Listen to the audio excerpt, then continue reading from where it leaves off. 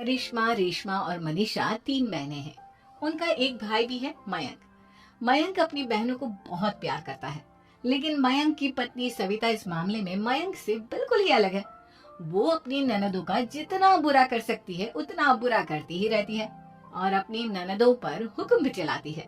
करिश्मा, करिश्मा, तुमने अभी तक नाश्ता नहीं बनाया? तुम्हारे भैया को ऑफिस जाने में देर हो रही है। हाँ भाभी, बस अभी बनाती हूँ। करिश्मा, तुम ये ढीलापन छोड़ दो। कल को पराये घर जाना है। वहाँ अगर तुम इस तरह से काम करोगी तो लोग क्या कहेंगे कि माँ ने और भाभी ने कुछ सिखाया नहीं। और तुम्हारी दोनों बहनें कहाँ हैं? रेशमा मार्केट गई है और मनीषा सो रही है। क्या? सुबह के 8 बज रहे हैं और ये महारानी अभी भी सो रही है? ये कहते हुए सविता अपनी सास दुर्गा देवी के पास जाती है। माँ जी, देख रही हो अपनी बेटियों के तौर तरीके? क्या हुआ बहू, सुबह सुबह क्या कर दिया मेरी बेटियों ने? अरे, एक तो अभी अभी उठकर किचन में गई है, दूसरी सुबह सुबह बाहर चली गई और तीसरी अभी तक सो रही है। क्या करूं मैं इन तीनों का, मैं तो परेशान हो गई हूँ। जा जाकर उठा उसे और रेशमा से मैं बात करती हूँ।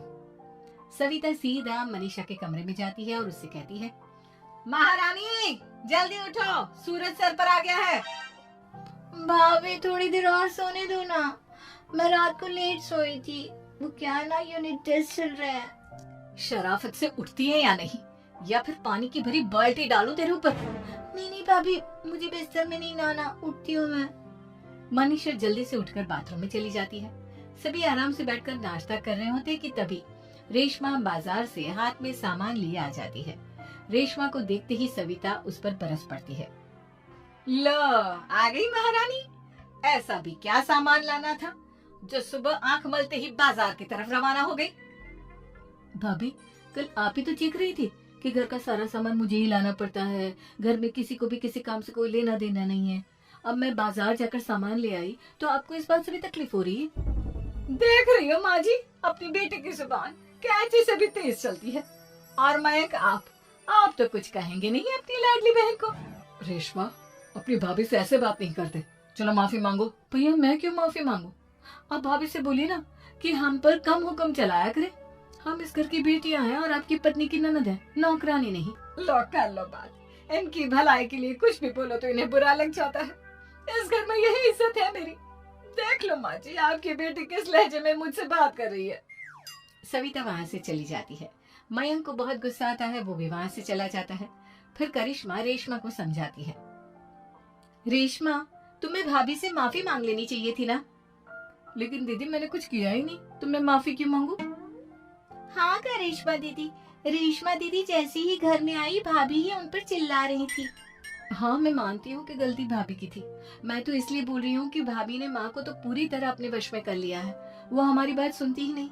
मयंक भैया हमारे लिए हमेशा खड़े रहते हैं, इसलिए उनकी बात का मान तो तुम्हें रखना चाहिए था ना। कोई फायदा नहीं दीदी, कुछ दिनों की बात और है, भाभी उन्हें भी हमारे खिलाफ भड़का देंगी। फिर वो भी माँ की तरह हमारी किसी बात का विश्वास नहीं करेंगे। इसी तरह सविता अपनी तीनों ननदों को किसी न किसी बात पर परेशान करती रहती थी। एक दिन मयंक अपनी तीनों बहनों के लिए गिफ्ट लाया। करिश्मा, ये तुम्हारे लिए हार का सेट। रेशमा, तुम्हारे लिए सुंदर सी ड्रेस। और मनीषा, तुम्हें किताबें पसंद है ना, तुम्हारे लिए किताबें लाया हूँ। थैंक यू भैया। थैंक यू भैया। थैंक यू भैया। करिश्मा, तुम्हारा नेकलेस कितना सुंदर है, ये भैया कहाँ से ले आए होंगे? मैंने भैया को 3 दिन पहले फोन पर ये डिजाइन दिखाया था और आज भैया ये ले आए। सविता तो अपनी ननदों के गिफ्ट्स देखकर जल गई और करिश्मा का नेकलेस तो उसे भी बहुत पसंद आया था। अपनी बहनों के लिए कितना अच्छा नेकलेस लेकर आए हैं, मुझे कभी कोई गिफ्ट नहीं दिया।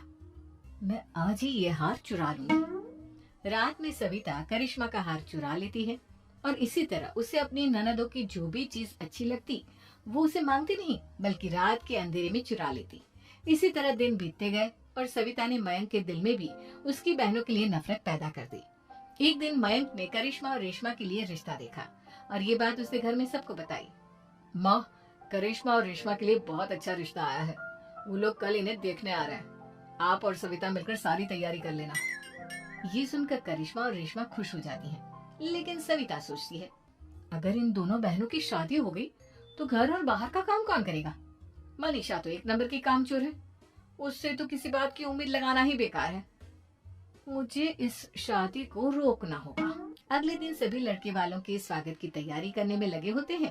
तभी मयंक अपनी बहनों से आकर कहता है, तैयार हो गई तुम दोनों? देखो दोनों लड़के बहुत अच्छे हैं, मैं कोई कसर नहीं छोड़ना चाहता, इसलिए तुम उनके सामने अच्छे से बिहेव करना और अपनी भाभी से लड़ने मत लग जाना। करिश्मा, तुम वो नेकलेस पहन लो ना जो मैं तुम्हारे लिए लाया था। भैया मैं बहुत देर से वो नेकलेस ढूंढ रही हूँ, लेकिन मुझे मिल ही नहीं रहा। क्या तुमने नेकलेस खो दिया? तुम्हें पता भी है वो कितना महंगा था? तुम कोई काम ढंग से नहीं कर सकती। मयंक गुस्से में वहां से चला जाता है। थोड़ी देर बाद लड़के वाले भी आ जाते हैं। वो दोनों बहनों को पसंद कर लेते हैं और रिश्ता पक्का हो जाता है। लेकिन सविता के दिमाग में तो कुछ और ही खिचड़ी पक रही थी। वो पंडित जी के पास करिश्मा की कुंडली लेकर जाती है और उन्हें पैसे देकर करिश्मा की कुंडली बदलवा देती है। जब लड़के वालों के पास करिश्मा की कुंडली जाती है तो वो दुर्गा को फोन करते हैं। बहन जी, हमने करिश्मा की कुंडली अपने पंडित जी को दिखाई थी। आपकी बेटी की कुंडली नहीं बल्कि दोषों का पिटारा है। देखिए, मैं और मेरे पति इन सब बातों में बहुत विश्वास करते हैं, इसलिए हम आपकी बेटी से अपने बेटे की शादी नहीं करा सकते। इस तरह करिश्मा का रिश्ता टूट जाता है और सभी घर वालों को बहुत दुख होता है। अब कविता सोचती है, चलो करिश्मा का तो रिश्ता टूट गया, अब रेशमा का भी रिश्ता तोड़ना है। क्या करूं क्या करूं? अब सविता आवाज बदलकर किसी अननोन नंबर से रेशमा के होने वाले ससुराल में फोन करती है। हेलो, मैं कौन हूँ कौन नहीं ये आपके लिए जानना जरूरी नहीं। बस इतना सुन लो कि रेशमा का 2 साल से किसी के साथ अफेयर चल रहा है। बस रेशमा का रिश्ता तोड़वाने के लिए सविता का इतना कहना काफी था। अब रेशमा का भी रिश्ता टूट गया। मयंक और दुर्गा देवी ने रेशमा को खूब खरी खोटी सुनाई और उससे बार बार उस लड़के के बारे में पूछने लगे। आप दोनों मुझे क्यों परेशान कर रहे हो?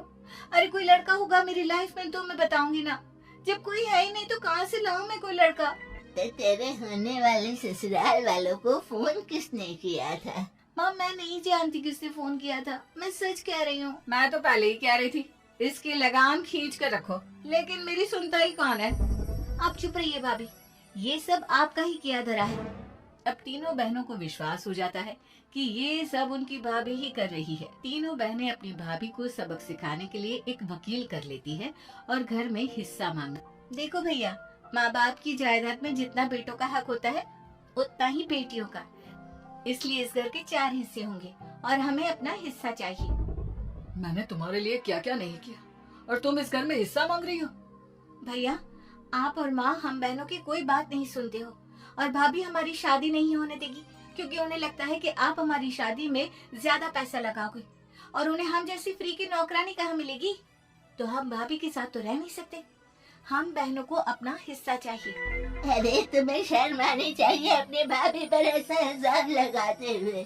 वो तुम्हारे बारे में कितना सोचती है। हाँ माँ, भाभी हमारे बारे में बहुत सोचती है, दिन रात बस यही सोचती रहती है कि किस तरह से अपनी तीनों ननदों को परेशान करूं और कभी मुझे पढ़ने भी नहीं देती। दोनों बहनों का रिश्ता भी तो इन्होंने ही तोड़वाया है और रात में हमारे कमरे में आकर हमारी चीजें भी चुराती हैं। इसी तरह सविता की तीनों ननदें अपनी बात पर अड़ी रही। अब कोर्ट में तारीख भी शुरू हो गई। जब सविता को लगा कि उसकी तीनों ननद इतनी आसानी से नहीं मानने वाली, तो उसने अपने पति और सास को सारी सच्चाई बता दी और अपनी तीनों ननद से माफी मांगी। मयंक और दुर्गा को भी अपनी गलती का एहसास हो गया। अब सविता खुद करिश्मा और रेशमा के लिए अच्छा रिश्ता ढूंढती है और उनकी शादी करवाती है।